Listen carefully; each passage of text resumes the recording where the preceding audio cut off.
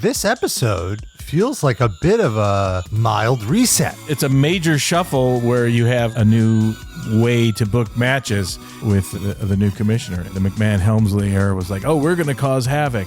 Oh, and everyone has to go through us. What's going to happen? It was getting very repetitive with like the heel stacking the deck against the two faces. I'm so relieved that now we have the opposite.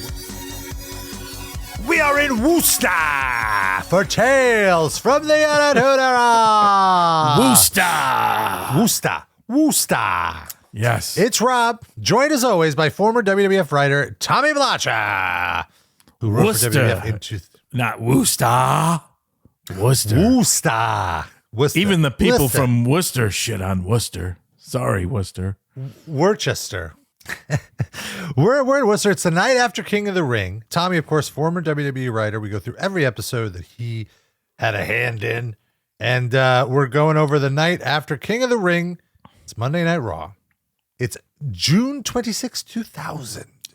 Another sellout crowd of 10,000 at the DCU Center.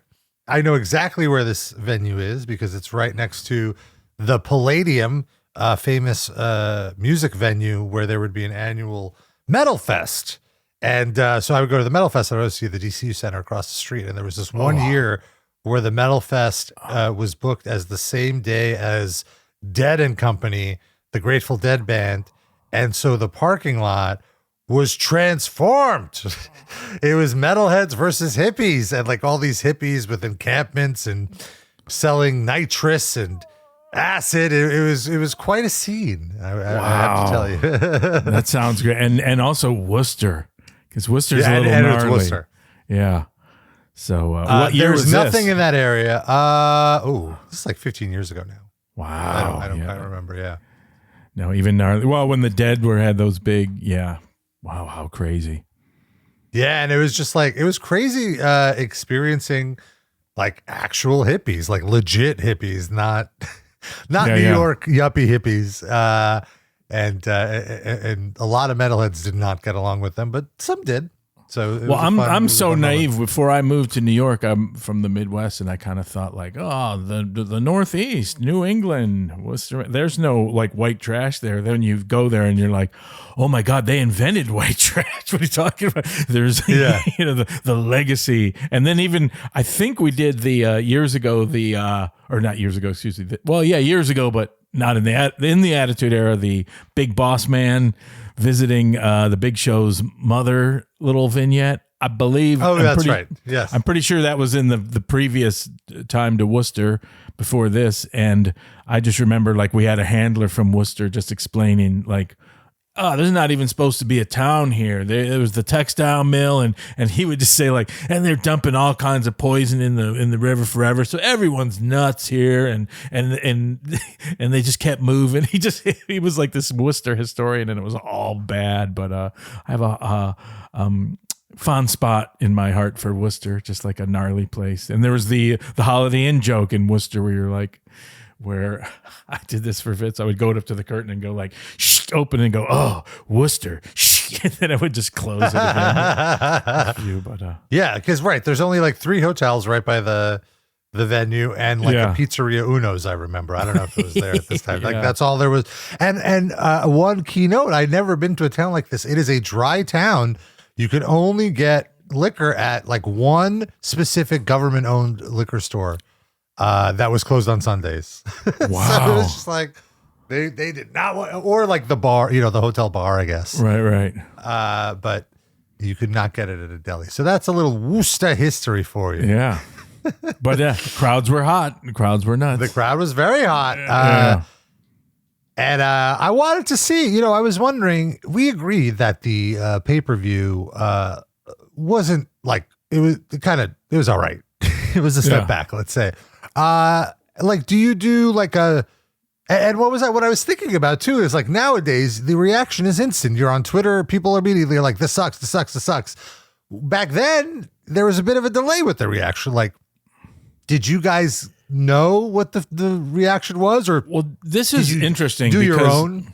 This podcast has been so interesting to me because I keep thinking about when I think back of it, like I always have to bring this like historical context, so to speak, of like how people just chew up like piranhas now with like social media. And this isn't trying to be like, oh, things today or whatever, but it's just true. You moved past shit quicker.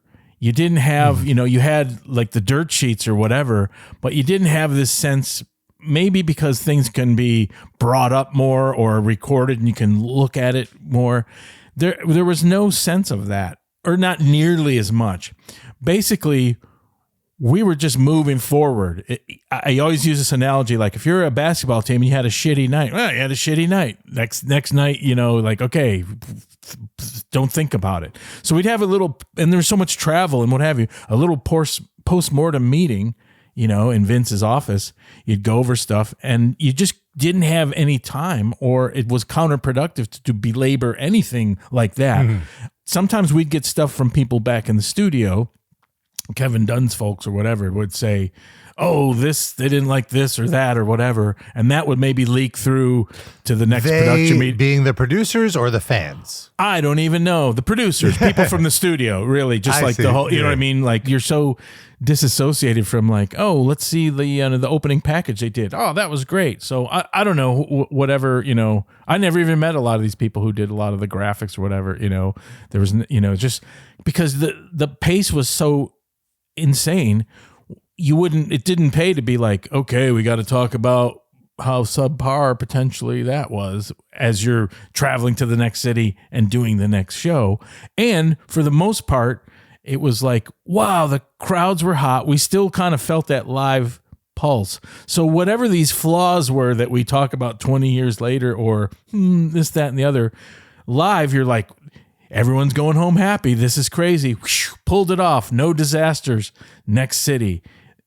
Regardless of like ones that were perceived as like, wow, that was amazing. You kind of didn't really even think like that. You just were like a shark moving forward. Like, okay, next thing. Now what? Now what? Now what? Now what? That just was 98% of it. It just didn't make any sense to be like, we got to talk about how, was that the best thing to do with like, was that really capitalizing on The Rock's moment, with that kind of match? Like, why?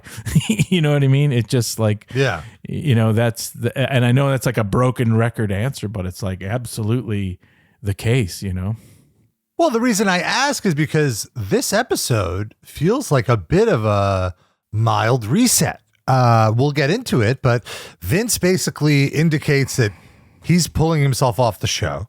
Right. You also have the Mick Foley Commissioner character.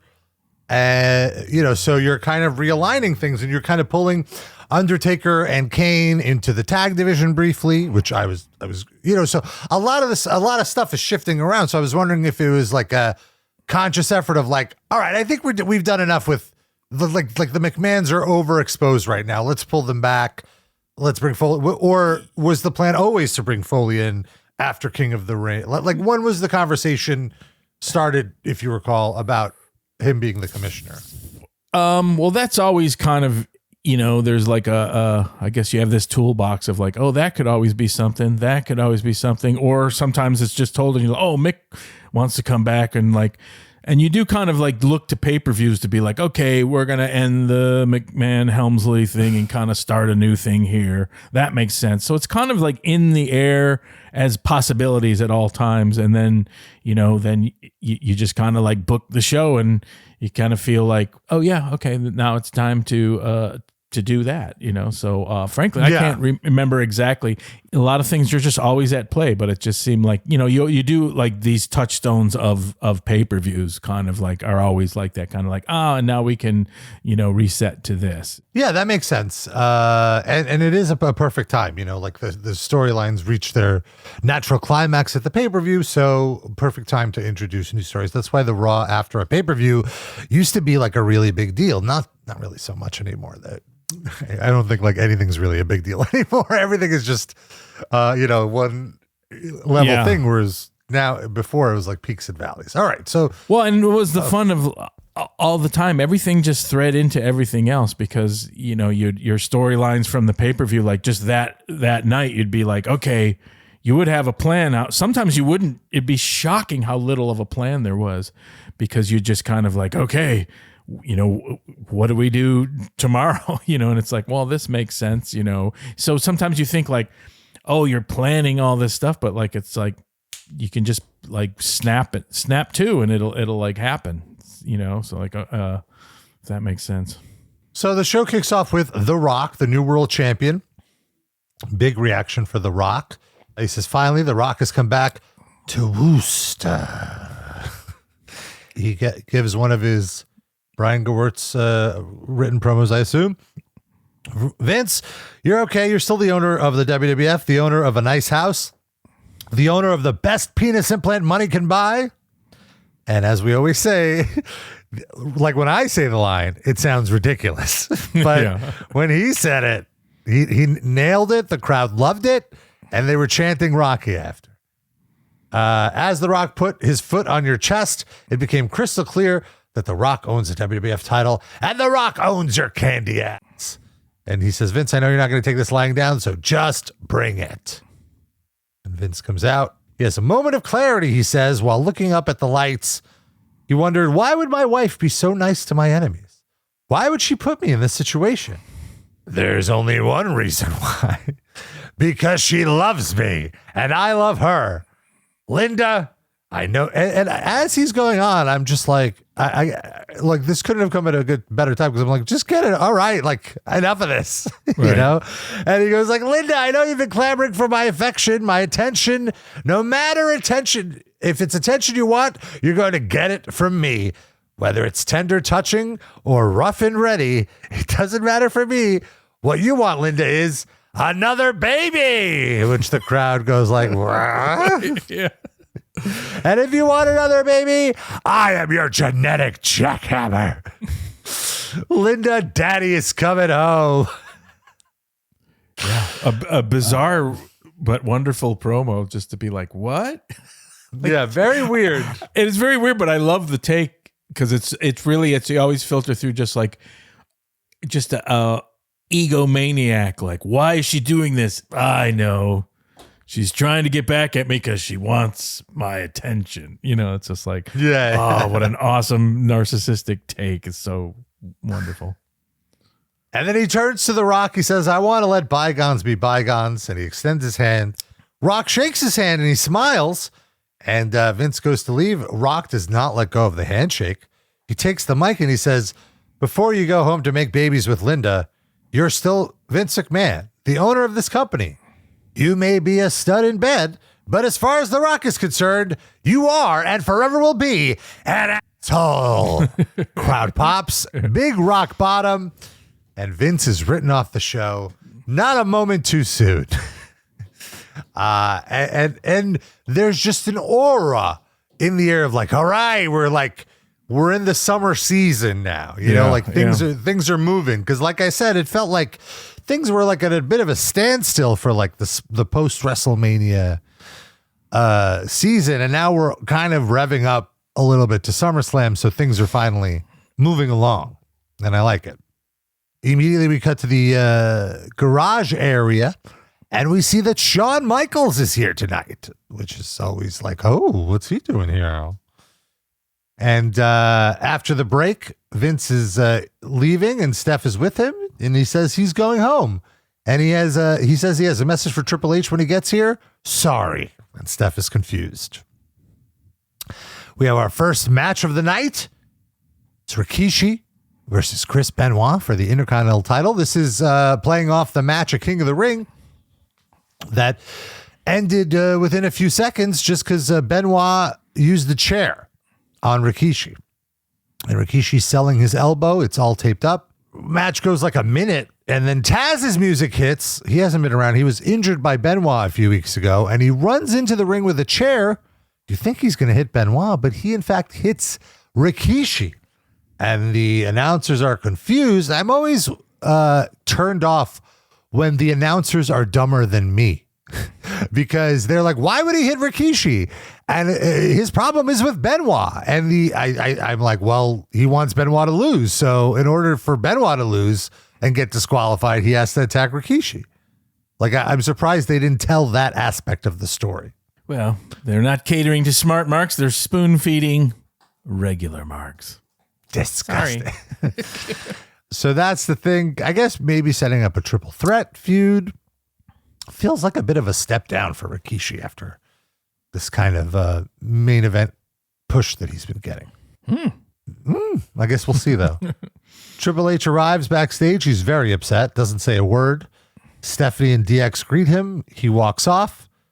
And Stephanie tells X-Pac and Road Dogg they should deal with Jericho on their own. Chris Jericho comes out for his match against X-Pac, and he has a promo, and he says, a lot of people are asking me why I kissed Stephanie McMahon. I would say you assaulted Stephanie McMahon last night, Chris.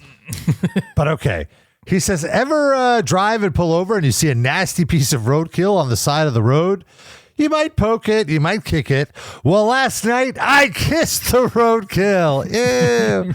And I will never, ever do it again. All right, sure, I'll take it. X-Pac versus Jericho had the potential to be a great match, but this was all just storyline. Stephanie and Road Dogg came out with X-Pac. Very quick match. Jericho hits a lion salt, has the match won. Stephanie distracts the ref. Road Dogg comes in, costs Jericho the match. DX attack Jericho after Stephanie smacks him. This was just a reason to beat up Jericho and really feed into the main event angle, come to think of it. So I will take my Smart Mark non-clean finish hat off and my overall show arc hat on and say that this is good. Oh, it's another hat. I thought you meant overalls. Your overall. Oh, my show arc overalls. Yeah. No, but I thought because of where you're going, this was very smart. And I really like this Jericho versus Stephanie feud. It's very interesting to me because like Jericho can't beat up Stephanie, you know, like, I mean, he could, but in this era, but that's not the point. And like, she has a position of power over him. So I really like, you know, it's getting Jericho over in a very unconventional way because, you know, just beating up the baby, like stacking the odds, let's say, not beating up, but stacking the odds against the baby face. Jericho's a great talker and a psychological manipulator. It all fits into that, you know? Right. Yeah. No, so this was great. Backstage, Angle can't believe he's king of the ring. And I have to say, I'm such a mark for the crown, the cape, the robe rather, the scepter. It adds so much presentation, especially when it's a heel. Like I understand why a face, like for example, I guess Sheamus when he won, he was a heel though. But if a face wins, it looks... that's true. That's true. He played it for laughs. Yeah, Duggan was my favorite with it because it was such a. Who was the first? Like, was Harley Race was the first? Yeah, right? It was Harley Race. Yeah, that was great too. Which is so funny because it was created allegedly to insult Harley Race, to like, you know, make him eat for being competition all this time, but he made it work. I thought. Sure. Yeah, those rumors and legends, I'm always suspect of them a little bit. Even the polka dots. Oh, to shame Dusty Rhodes, like, well, you know, why do you wear them? You know? Yeah, like, why didn't you just quit? Yeah, or just like, why do you just refuse to wear them? Yeah, it's all like, yeah, that's kind of a silly angle. So Val Venis and Trish are serious walking to the ring. And then we see Eddie and Chyna, and they are walking completely differently. They're having fun. They're making jokes. They have a match next. Then we see The Godfather arrives at WWF New York. First time we've seen The Godfather in weeks. And based on an angle later in the show, one of the last times we'll see The Godfather for a while. We'll talk about that in a moment. Then we have Val versus Eddie. And I like that you set up this match because last night Val defeated Eddie to advance in the tournament in a non-title match, thus earning him a title opportunity. I think this is pro wrestling. This is sports.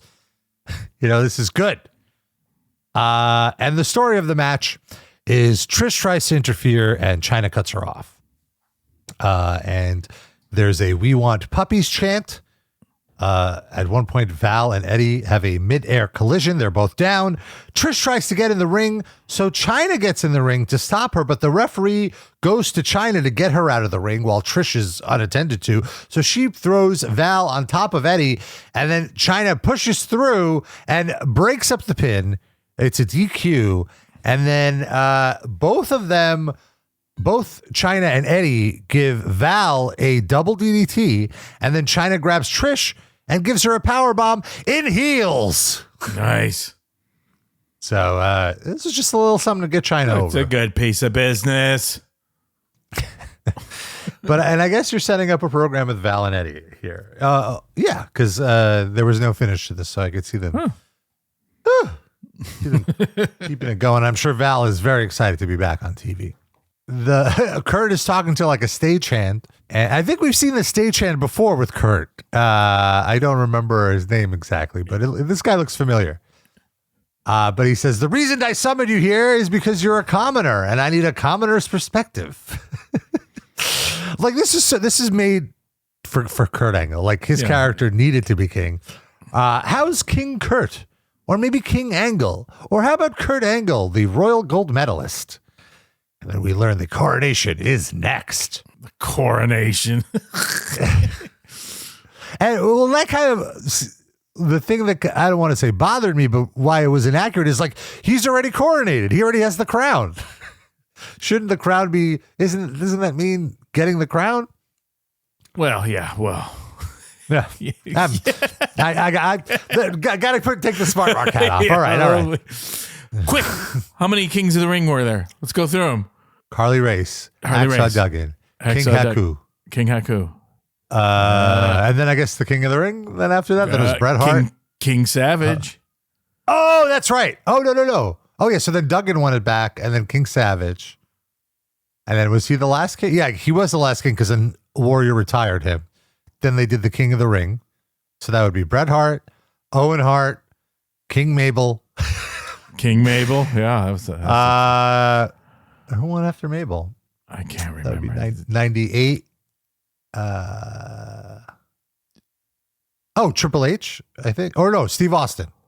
Then Triple H. Oh, Austin? Oh, I don't remember that. Oh, well, that's where the Austin 316 promo was born. He beat Jake right. Roberts. You know, sometimes you don't remember because he didn't like go around with the crown and the cape. Right, exactly. Yeah. Well, that's like that was the first year they didn't do it because obviously he's too cool to wear that. Right. And then Hunter won it, and he did wear he didn't wear the cape. He carried the cape around. I remember, which I was just like, put it on.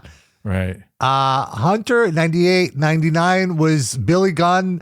And then I remember The Rock absolutely killed his singles push by just shooting on him and calling him like lame. Right.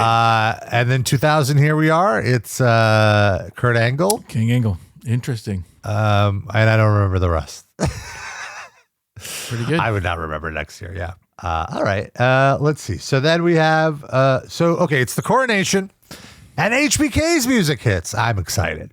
14-year-old or 16-year-old Smart Rock Rob is dancing. 28-year-old, 42-year-old. Right? my age is always corresponds to the WrestleMania of that year. Nice. I turn that age right before WrestleMania.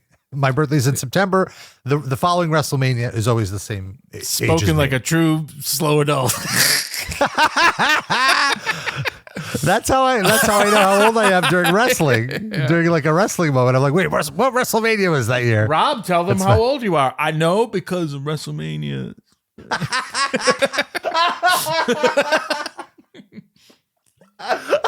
Very good. Red to filth. All right. So HBK's music hits. He straddles the throne. He knocks it down. I love it. It's like peak, attitude HBK. He says before Kurt is crowned, he has an announcement about the number one contendership for the WWF Championship. Triple H's music interrupts. He runs down with Stephanie. He says, we've been friends for a long time, thick and thin.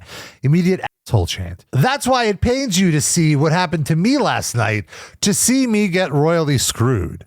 When I was reading the Meltzer recap of this segment, he was like, oh, Shawn Michaels should have said, I'm so proud of you for learning from me on how to drop the title without getting pinned. Or something like that. That would have been That fun. shade. But then he says, I know it pains you to see what happened to me last night, to see me royally screwed.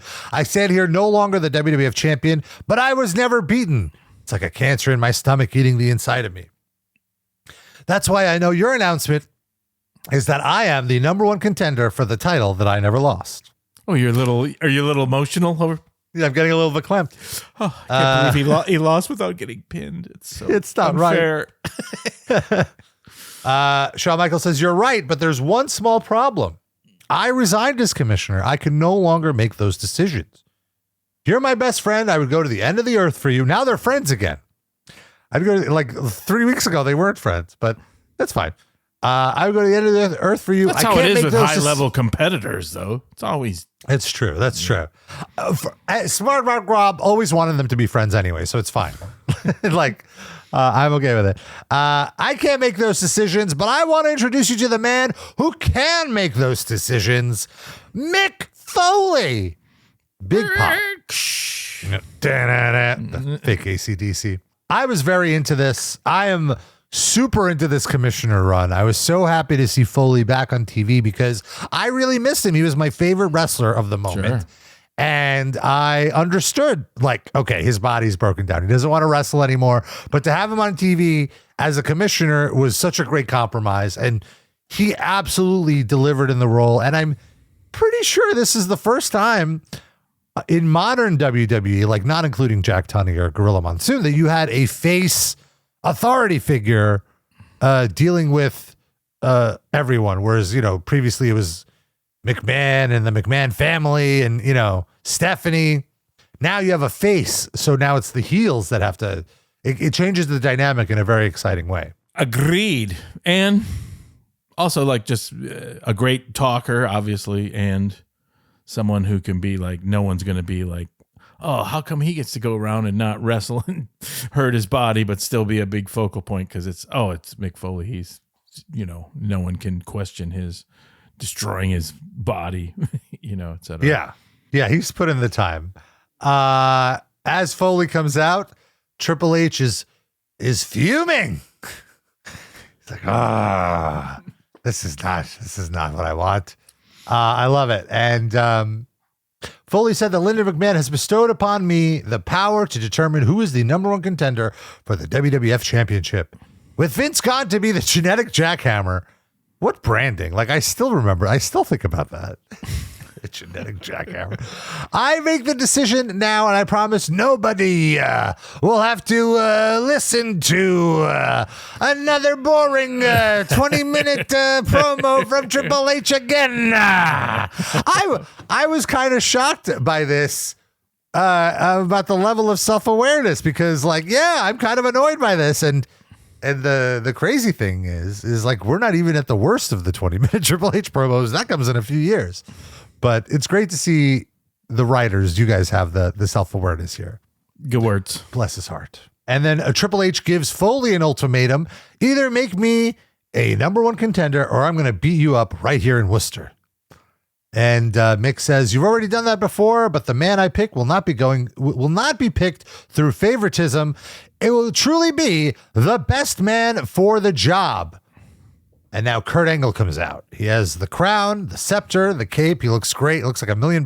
Also, I feel like the crown itself got a huge upgrade from previous years. It's like significantly bigger. It's to really exaggerate how silly it is.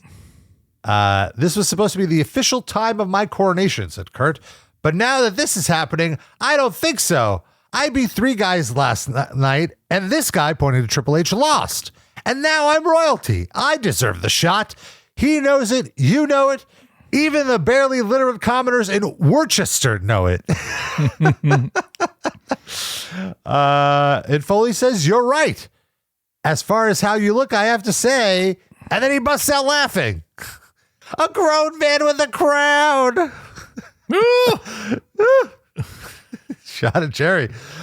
Tonight in Worcester, you're both in a number one contender triple threat match. The winner will face The Rock this Thursday on SmackDown. The other person in the match is The Rock. And if he wins, he doesn't have to face either of you. I have to think that when Foley got back, Vince had to chew him up because the way he said The Rock, he completely ate it up. So the crowd didn't pop when he announced The Rock. And you know Vince wants those pops. Yeah. But a very interesting scenario that if The Rock wins, neither of them are number one contender. And you're promoting SmackDown. I was reading in The Observer that the SmackDown prior to King of the Ring got an unusually low rating, like an inexplicable low rating, because since everything else was in reruns, there was no competition, and the ratings seemed down. So on this episode, Meltzer assumes that's why you're kind of really starting to hype what happens on SmackDown, because typically we never hear what's going on SmackDown. You just find out at the top of the show. Do you have any recollection of this? No, other than maybe even this was starting the possibility of, the ramping up of the numbers were just this whole time previous months were like, oh my God. Well, you can remember SmackDown's not even 14, 15 months old at this point. I don't know. Yeah. Something like that. And when SmackDown even started, it was kind of like, oh man, is this going to get oversaturated? It's not even a year old because it started in like the week to week one started in the pilot was in April, and then it started I think in August or July. So point being, everything was like, oh my God, 6 hours of programming a week, one pay-per-view. When is this going to flatten out? When is this when are these ratings? And they just kept exploding more and more and more and more and more. So this was the first kind of inkling of like, oh, maybe because everyone was like, things are cyclical. Like maybe things are leveling off. Things aren't like, trajectory's not like up continuously. And, but at the same time, Vince and everyone, he had been through this before, many times, and just like the cyclical nature of all kinds of entertainment stuff. So it always was like that. Is this the beginning of the sort of leveling off of stuff? And at the same time, like I said before, it's barely a conversation, because the point is like booking stuff. It's not like I got a lot of like tricks up my sleeve of how to book outrageous things to get numbers, but I'm not going to do them yet. You're exhausting everything all the time. There's the phrase called hot shot. You're hot shotting everything continuously because there's 5 original hours of programming a week, one pay-per-view a month. There's no difference in your mentality of like, you know what? Ratings are down, so let's heat things up. You're just trying to pull shit off continuously. So if that makes sense, Yeah. And I was just thinking like when we were going through the reviews, you mentioned yourself how like the pay-per-view hype peaked the week prior, and even watching the Raw like now, I was like, oh, it doesn't seem like there's any reason to watch SmackDown. Like everything is just leading to King of the Ring anyway. So maybe people felt, oh, it's a skippable show. It's summertime. Maybe we should leave our houses. Nope. No. Well, who knows? But so that's the Foley makes the match, and he says, if The Rock wins, he doesn't have to face either of you. And then as he's leaving the ring, Triple H cheap shots Kurt Angle and throws him off over the top rope, quote, like he was garbage, according to Jim Ross. and like Triple H just has to put himself over. He can't look weak at all here and has to give himself like a little notch of credibility above Kurt here. Sure. I kind of groaned about. Smart Mark. Well, also, but you know what? This is my opinion. It's a little more dicey for him. Kurt can absorb all kinds of shenanigans and losses and humiliations. True, he's fucking full spectrum entertainment, like Mick Foley. He's fucking funny. He's this. He's got absolute insane gold medal cred. So, frankly, it's like right. Much more of a utility player, and where Triple H's position is a little more tenuous. Is like, oh, if he starts going down, it's like, oh, what is he? Backstage, Gene is with his ladies and he's playing pool, and Terry comes in and says, she doesn't want to take her clothes off. This was a little confusing to me. Really? Yeah, like, why wouldn't she want to take her clothes off? No, I didn't understand quite like what was being hyped. And Dean isn't really paying attention. He's playing pool. And she mentions that if Dean wins his match, while she won't have to take her clothes off in the ring, she'll give Dean a private show. And Dean immediately snaps out of it and is like, let's go win this match. Yeah. I mean, I guess I got that part. And then in another part of the arena, Lawler is getting ready with the Cat. King says, believe me, the last thing I want is to see you naked tonight.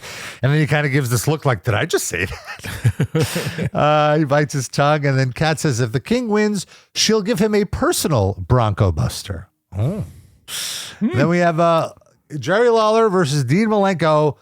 I don't know if I'm it was a little hard initially to understand what the rules of the match is, but essentially anytime someone gets thrown over the top rope, it's like a strip poker match with the top rope acting as a reason for one of the ladies to strip.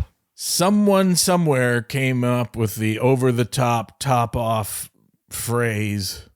Over the top off. Okay. Yeah. And then everything led. That just one of those things that kind of like was sometimes infuriating, but whatever comes up. And then Vince or whoever, oh, that's great. And then everything leads to that. And then it's just like a jumbled mess where you're confused, but then ultimately, oh, that's it. Fine. Yeah, I mean, I eventually got it. So anytime someone gets thrown over the top rope, their representative, the Kat or Terri, has to strip a piece of clothing off. And the one who gets their opponent's woman to strip naked wins. Right. So the what starts as the phrase, and then everything else is retrofitted confusingly, time ticking up to the match, and then even going into whatever. It's like, what is it? Just do it. So that's why it's it was confusing. Only once things got going, I was like, oh, I see. Yeah. Okay, I can follow along. Especially live TV, which is always funny. Like, it's Monday. Raw's live, so that's incredible. Yeah, and like the crowd didn't care that they were confused. They were just seeing women taking clothes off, and they're like, "Let's go!" Yeah. And again, kind of a sad state of the women's division, but we don't have to harp on that every week. But it just went. It was like a volley. Like Jerry Lawler threw Dean over the top rope, and Terri took off a piece. Then it was Dean's turn to throw Jerry over, so that Kat takes off a piece until they're both down. Both Kat and Terri are down to their bras and panties. And then Jerry gets the last over the top elimination or whatever it would be, requiring Terri to take her top off, to take her brassiere off. I wish you were there to clarify everything. Requiring her to remove her brassiere, exposing exposing her areolas to the unsuspecting crowd. But as she is teasing the reveal, out of nowhere comes Stevie Richards, nay, Steven Richards, with a giant censored sign to cover up the entire torso of Terri as he drags her away. And obviously this is done for heat. And I'm curious, this is the beginning of the right to censor angle. Something that I don't remember liking. I'm curious to watch it back now. Maybe I'll find it a bit more humorous. But it really just felt like Vince had this vendetta against the Parent Television Council, the PTC, as opposed to the RTC. Right. And, he created these characters as his way of just, chewing them out. Yes and no. Like part of it was, so as we talked before, remember, it was so great because Dave Koechner was going to play, this guy, and then that went away.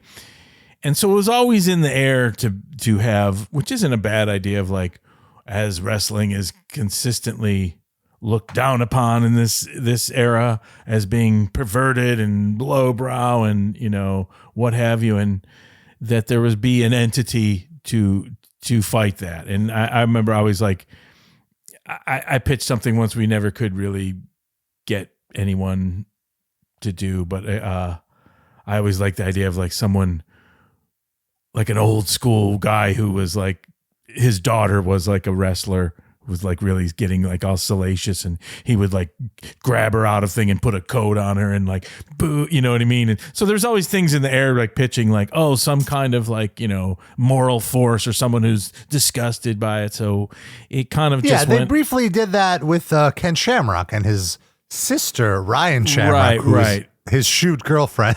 Right. And so that was always, you know, this isn't like anything brand new. So that it's kind of a good idea to fight, you know, it's like, oh, it's a good way to get perversion out there and then fight it and then which I always liked about wrestling at the time, as opposed to where it's like you said before, like, oh, the characters can get the heat as opposed to the whole organization getting the heat, you know. It's like within it, it's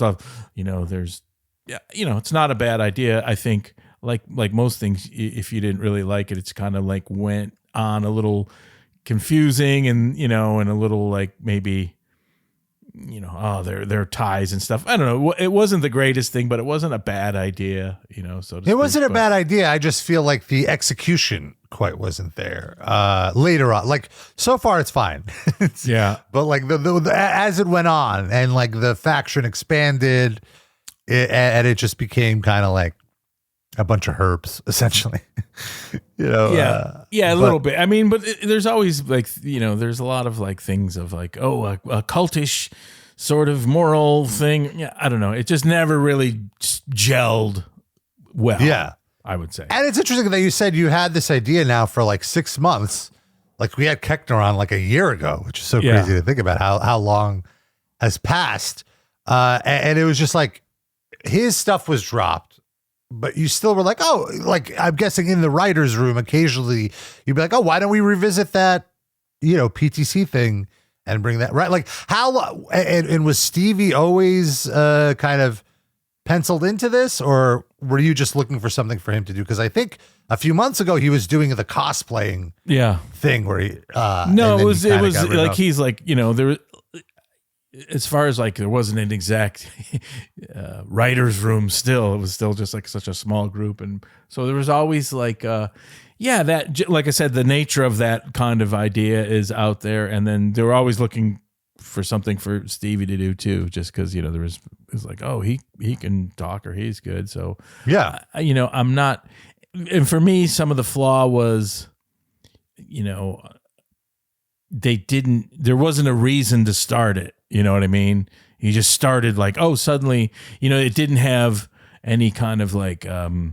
thought like, oh, Stevie Richards has this epiphany of like why it's disgusting or whatever. Just suddenly he's like, and he's this, you know what I mean? And it kind of like, you know, while I like him and he's great and people liked him, you know, and behind the scenes and everything, like, oh, give him something. But it was like, you know, I was like thinking, oh, he should have had some kind of epiphany and then cut his hair and gone conservative or something. You know, it just kind of like, you know, it just was like a quick mismatch and it just like started. And so I think that's ultimately why it was, you know. That feels like a very WWF thing to do back in the day of just like, hey, it's this guy you recognize from 2 months ago, but he's completely different and you just got to go with it. Yeah. I mean, I am curious to see how this plays out week to week. I do know, I was reading in the Observer this week that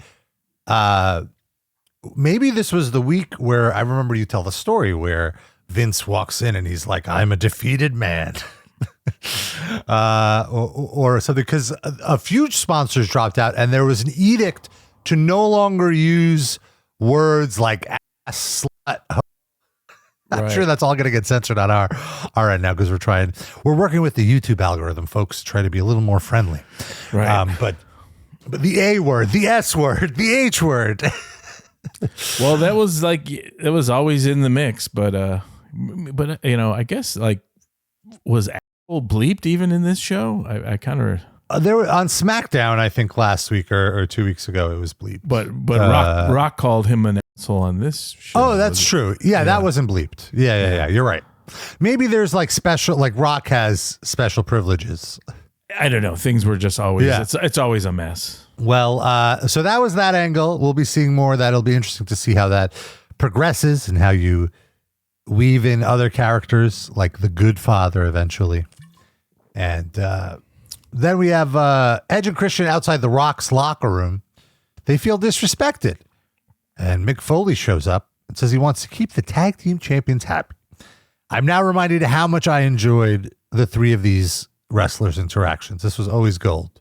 So Mick shows up. He says he wants to keep the tag team champions happy. They correct him, 2-time tag team champions. They don't understand why The Rock and the McMahon-Helmsley faction have their own dressing rooms and Edge and Christian don't. Foley says he's a former WWF champion, a former tag champion, a former hardcore champion, and he's never had his own dressing room. And Edge says, but Mick, you never change your clothes. You just go out there like this. He goes like, oh, good point. Good point. And they go, and Christian says, we want our own locker room. That's so not cool. And I had to like go back and understand this reference was lost on me. He goes, so a needle pulling thread. I love that movie. I was like, what? And I looked at, I was like, oh, it's from The Sound of Music. Edge and Christian were equally confused as me. Yeah. Foley says, things have to be done very delicately. Wizard of Oz, castle scene, right, guys? Right? And then he walks off, and you hear him off in the distance go, I'll get you, my pretties. Yeah. I'm loving that Mick's having a good time. Yeah. And Edge and Christian end the bit going like, who hired this guy? Yeah. All Mick. Great segment. Only Mick could be like, I'm going to whip out these like arcane movie things. Sure. After the break, Lawler is upset at the announce booth that the puppies got covered up. And then they once again do a recap of the Trump thing from Saturday. He was at the Garden. Then Edge and Christian end up getting their own locker room after all, and they have recliners, and they said that they need to ask Mick to get them sodas. Sodas rule! After the break, Too Cool come out, and the Hardys come out with Lita, and then TNA are out there without Trish. She's selling the beating from Chyna. And then the Acolytes come out, and they get the biggest response of the four, and then they start the brawl. Lawler and Ross inform us this is actually a battle royal to determine the number one contenders for SmackDown. And see another promo for SmackDown. And that these aren't even all the teams in the match. Backstage, Foley visits Edge and Christian and says, good luck in your match tonight. And they go, what? Against who? Oh, it's a non-title match, says Foley, against two guys that haven't been really getting along a lot lately. Kane and The Undertaker. Edge and Christian freak out. After the break, we see that Kai and Tai and D'Lo and Saturn and the Dudleys are added to the Battle Royal. Kai and Tai is the first to get eliminated, then the Dudleys. Crowd chants for tables. Only one member of the team has to be eliminated, and then both members have to leave the ring. Hardys eliminate Too Cool, and then they get immediately eliminated by T&A. It's left with T&A, APA, and D'Lo and Saturn. Tess misses a big boot. He gets crotched, and JBL gives him the clothesline from hell to eliminate Test. And then Farouk press slams Saturn, throws him over the top rope onto D'Lo, who rolled to the outside to eliminate them. And then APA win the match. Yeah. They're going to be facing Edge and Christian on SmackDown. We get a view of WWE New York, and we see the Godfather and the ladies hyping up the crowd and singing his theme song. Pimpin' ain't easy, man. Woo. Mick Foley brings some RC Colas to Edge and Christian. Good product placement. They said they're not going to do the match against Kane and Undertaker, and Foley says if they don't, they're getting stripped of the titles. They need to remember that Foley is the commissioner. I like this because it's like, oh, Foley can have fun, but if you really press him, you know, he's going to use his authority. Yep. Backstage, Undertaker and Kane are heading to the ring. Undertaker offers Kane tobacco chew. Kane politely declines. I thought this was so funny just because how would Kane have to like lift the mask for the tobacco chew? You know, like it wouldn't quite work. And also I like this added wrinkle that this current Undertaker character chews tobacco. Of course he does. I feel like everyone did back in the day in pro wrestling. It's maybe one of the most disgusting habits. Not good. You're talking to someone who's like, you know, we used to get this in the Army a lot too. Like if someone's has their soda bottle and, you know, because they got to carry it around because they got to spit if they're indoors. And then sometimes you'd see like, it's just, you know, it's like there should have just been spittoons around. That's a lot more civilized. Like, a spittoon is down there. But like people have like coffee cups and things. They're like, while they're talking, you're like, oh. It's so gross. The worst is I've seen some shoot interviews where guys insist on fucking chewing tobacco. It's like, come on, for the interview. There was like a big 7-hour Ric Flair shoot interview, his first ever shoot interview after like being released or whatever. And like he's just spitting tobacco the whole 7 hours. It's unwatchable. It's on High Spots if you want to see it.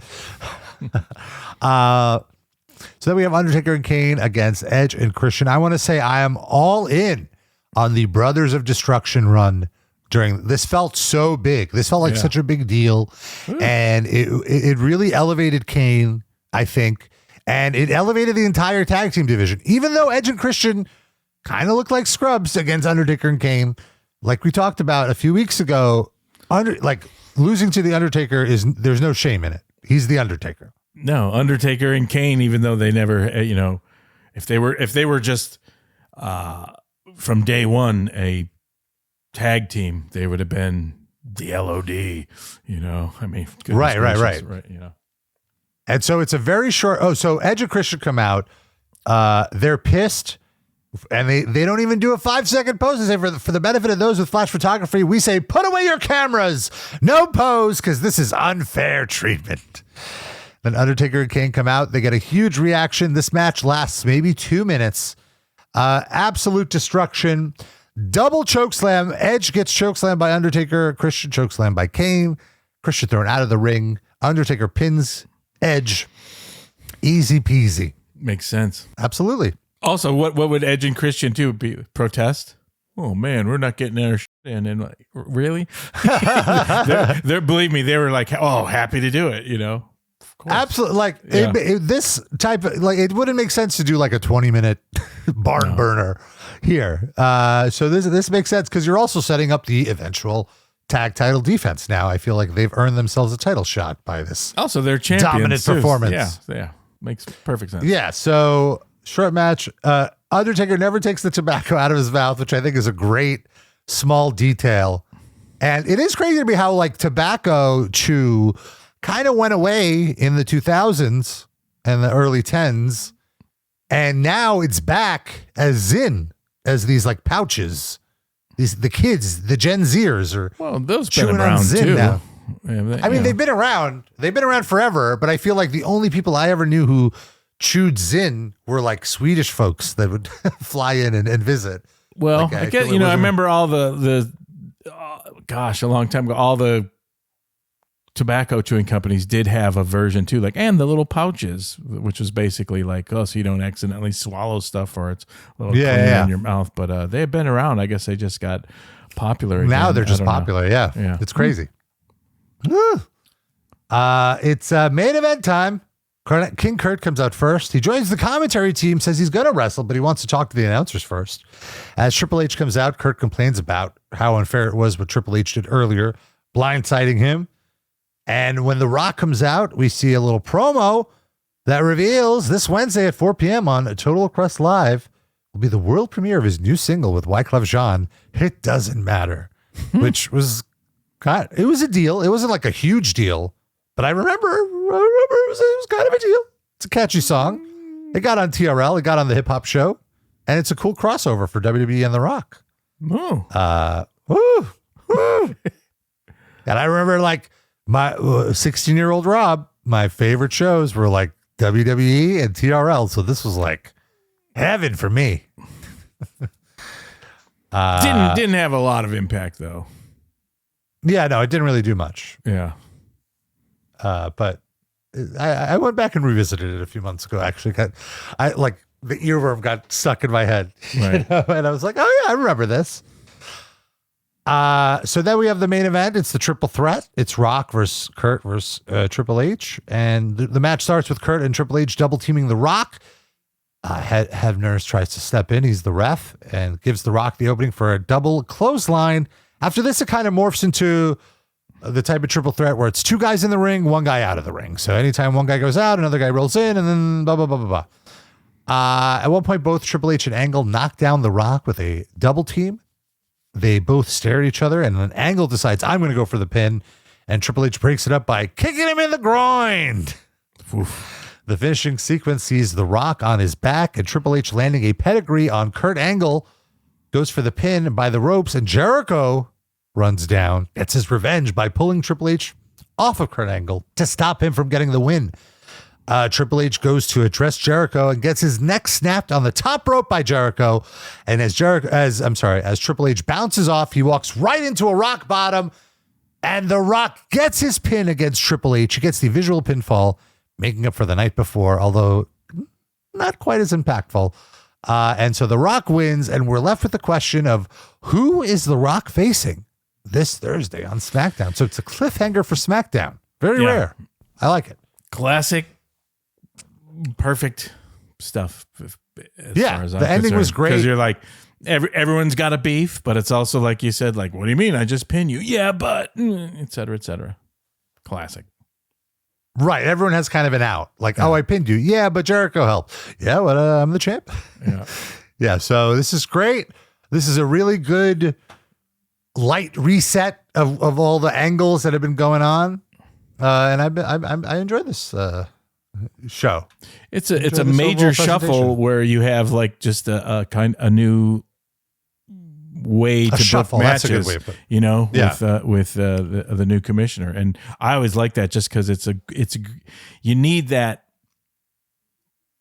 I don't know, that one, especially with all these shows and everything, you need that one-stop shopping of like where the McMahon Helmsley era was like, oh, we're going to cause havoc. Oh, and everyone has to go through us. What's going to happen? Now you have Mick Foley. It was getting very repetitive with like the heel stacking the deck against the two faces and then like 50 people against two. And just every week it was getting too much. So I'm so relieved that now we have the opposite where it's now going to be the face stacking it against the heels. And then the heels have to almost be a little more clever to do their dastardly tactics. I half agree with you. I like to think that it changed just before it got too much.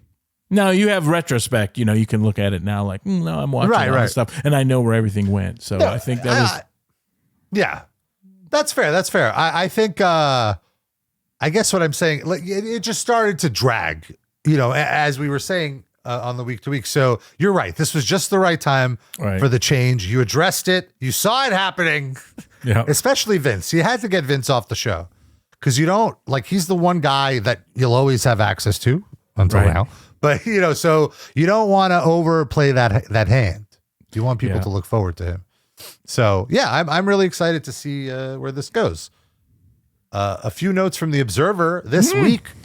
The Delaware court decided WWE can, in fact, move to Viacom from USA and that the deal is happening and it includes a 5-year extension for SmackDown on UPN.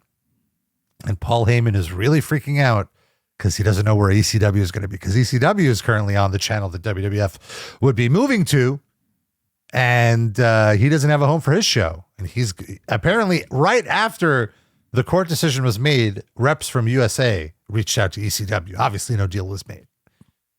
But very interesting. This is the beginning of the end of the wrestling war right here. Which is so wild to think about. And as I mentioned, due to pressure from sponsors, language on the show is being quietly toned down. Words that used to be commonplace without batting an eye, like asshole and slut, are going to be bleeped or no longer allowed to use. And the only other thing is this New York Daily News columnist was critical of the USA Today piece with The Rock and Mike Piazza, saying that the wrestling shouldn't be in the sports section. And she's upset that even her own newspaper, the Daily News, this is Lisa Olson is the writer, has more space dedicated to pro wrestling than the U.S. Olympic wrestling trials, which took place over the weekend. That old trope, saying that wrestling belongs no more in the sports section than a review of the movie Gladiator. And she was critical of Mike Piazza, saying he'd feel comfortable taking his 8-year-old nephew to a WWF show, saying readers are left to presume that Piazza would then explain that not all women are meant to be dragged by the hair while wearing G-strings, and steroids can lead to death, and hitting each other with steel-enforced chairs is not playground fun. Those Controversy, yeah.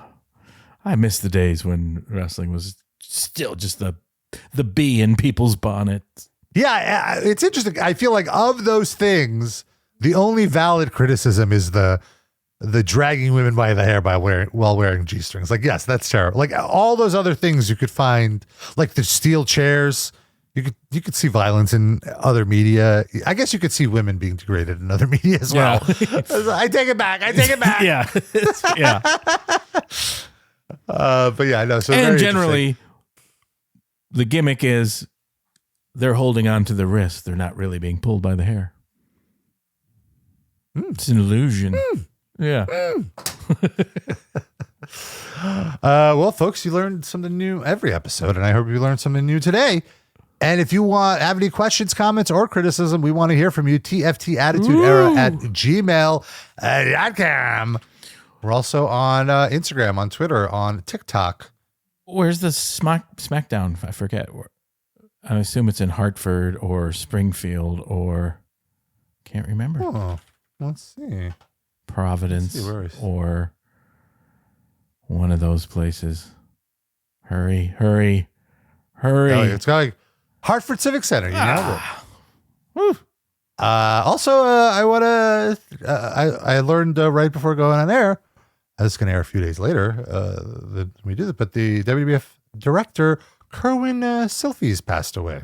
Oh so, no! Really? Our condolences to his family. Yes. When did that happen?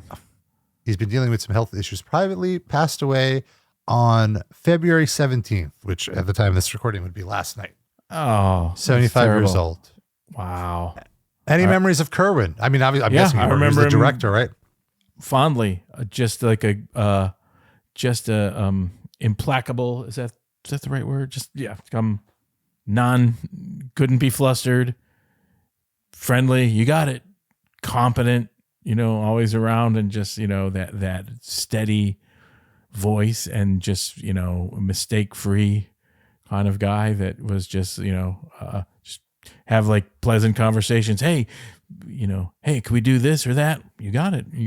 Just one of those guys, steady, wonderful, cool guy that always walking through all that mayhem, just always was a pleasure to see and chat with, period. So condolences. Yeah. Our thoughts to his family. Yeah.